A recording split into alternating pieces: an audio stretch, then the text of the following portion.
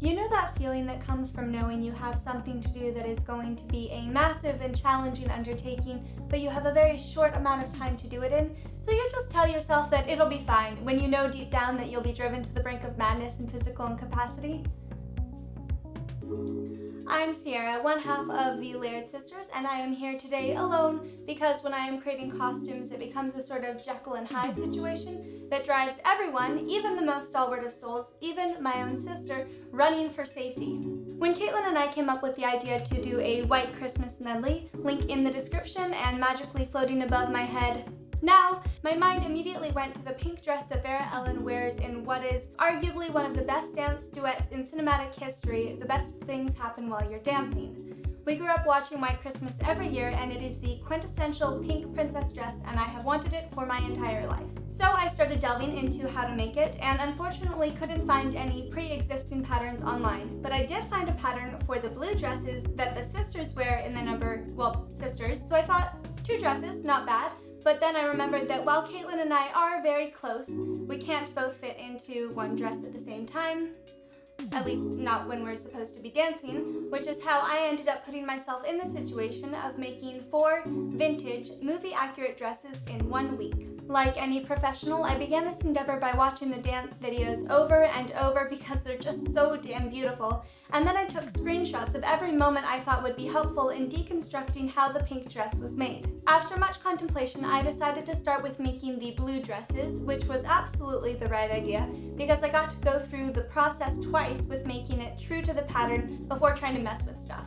I won't spend a lot of time on the making of the blue dresses because there's already an excellent 4-part tutorial from the creator of the pattern Edelweiss Patterns, which I will link to in the description. But to go over it briefly, I started by cutting out the pattern pieces, assisted most kindly by Kit the cat, then cutting everything out in the blue satin and the blue lace and the blue tulle that I had procured. I moved my sewing headquarters from my apartment to our production studio and took over, so Caitlin got to arrange complex musical vocals to the loud and grating sound of my sewing machine. The bodice is lined, and I wanted to add boning for extra structure, so I added ribbon to the inside of the lining for boning channels before I stitched the 2 sides together. I'd never worked with lace before, so I was apprehensive, but the lace overlay came together very well, and even the sleeves, which are well known to be the bane of all sewing, weren't too much trouble. I added several layers of tulle to the underside of the skirt to give it extra floof, as well as the layers on top, which are really a part of the signature look.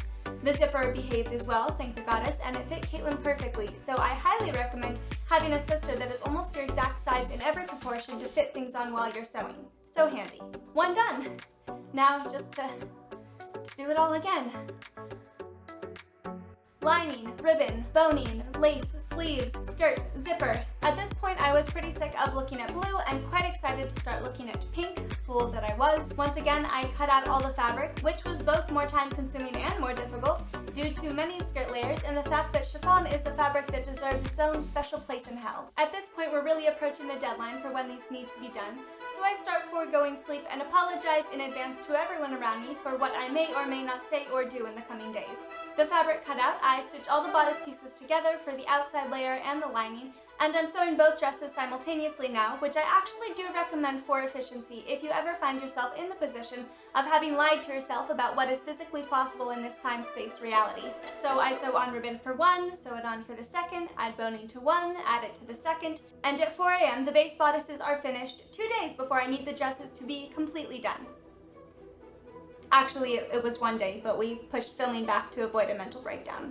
The see-through top of the dress was constructed out of 1 piece because I didn't want any seams showing in obvious places, which ended up making it faster to assemble, although sewing elastic into the gathered chiffon wrist of the sleeves almost did me in. Then layers and layers of skirt gathered at the waist and sewn together, then sewn to the bodice, then zipper added and button hand stitched to the back of the collar, and we're within sight of the finish line.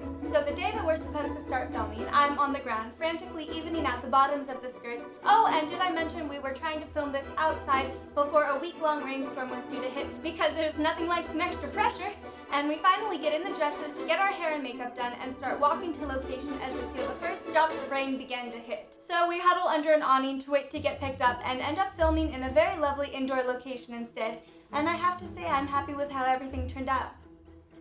Adrenaline's a hell of a drug. Thanks for watching, and we'll see you next time.